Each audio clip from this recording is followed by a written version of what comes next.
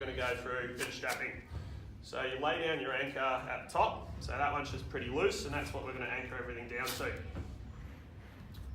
Alright, if you've got a bigger guy, if we're getting into under 18s and they're really big fellas, you might want to do 2 anchors because they need more anchorage for the tape because there's more force going through there. Alright, so with you we only need the 1.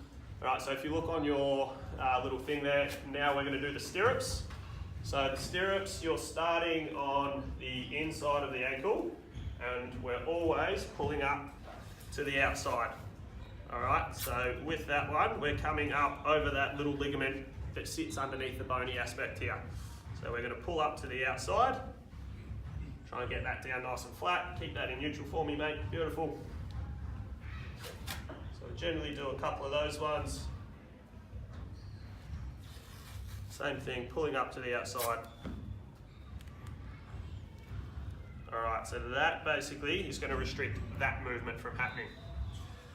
The next one, I think they're 6s, is what it says. So we start same spot. So always starting on the inside, pulling to the outside. Only this time, as we come up, we're going to pull across to the front. So hold him there, beautiful. And we're going to pull across to the front and come back to where we started. All right, so they're called 6s because it's like you're doing a big loop over the top of the foot. So generally we'll do a couple of those.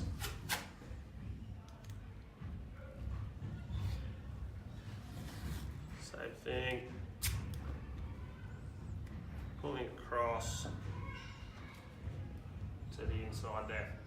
All right, so that you can also do in reverse, but like I said, you don't often do a medial ligament, but you can do one just to be thorough from the outside, come across to the inside. So pulling across that way there. All right, so then with that, if you point your toe and then try and go in that way, feel like that tape's pulling a bit, restricting? Yep. All right, so that's the movement we're trying to restrict.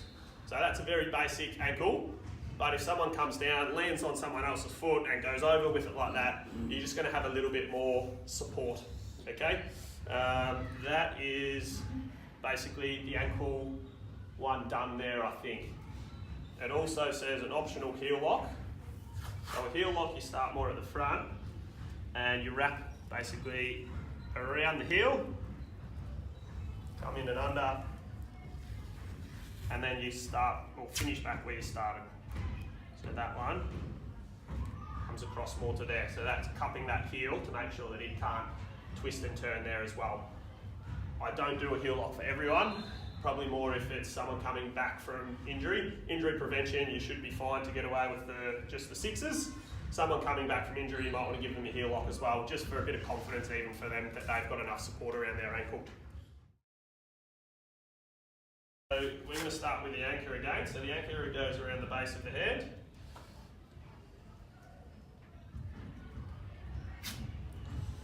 Alright, so that just wants to be fairly loose.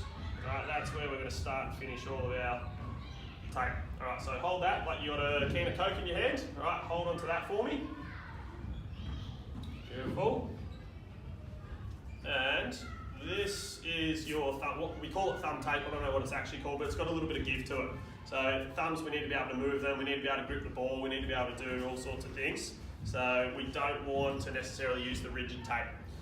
9 times out of 10, your thumb's going to jar when it's bent back, like that. So that's the movement that we're looking to stop. So we're going to get him into that more shortened position, and we're going to start from the back of the hand, from there, and you're basically doing a little ribbon shape. So keep your hand in that can position, perfect.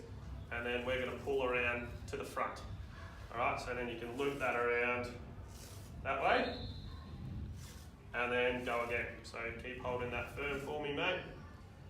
Loop around and run a different angle slightly higher and then come around in again that way.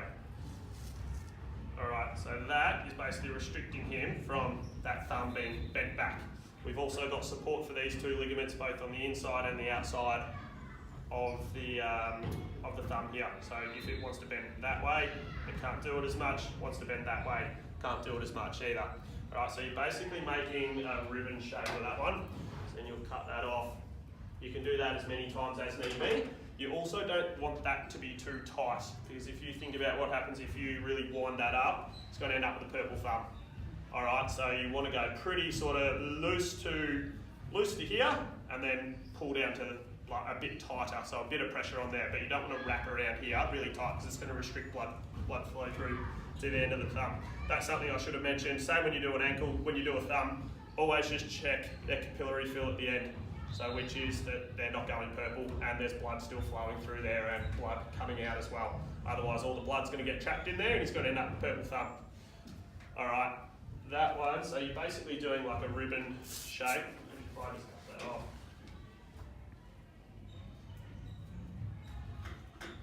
Is like a loop around the thumb, sort of like that. So you'll end up with that, like the pink ribbon sort of foundation, that type of thing is what you're doing around the thumb from one side to the other. That one's pretty basic.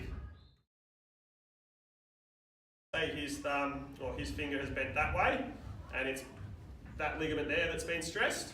What we're going to do is try and create that ligament to support. Alright, so we're going to use that with tape.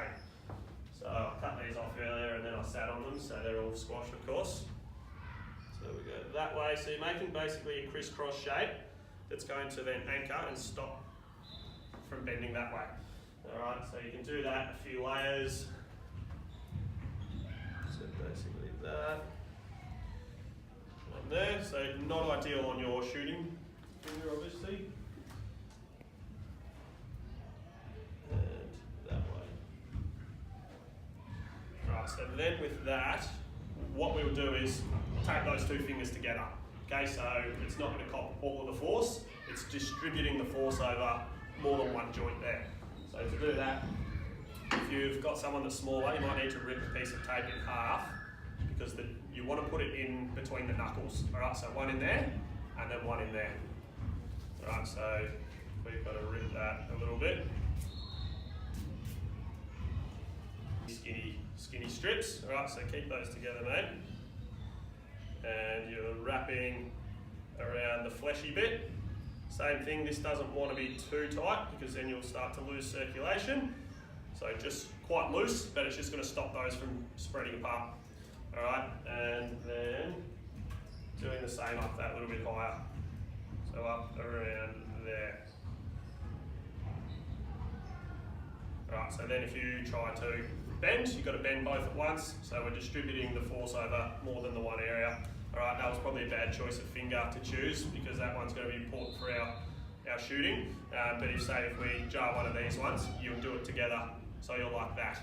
Alright, that there is stopping any bend that way, which is the direction of injury initially.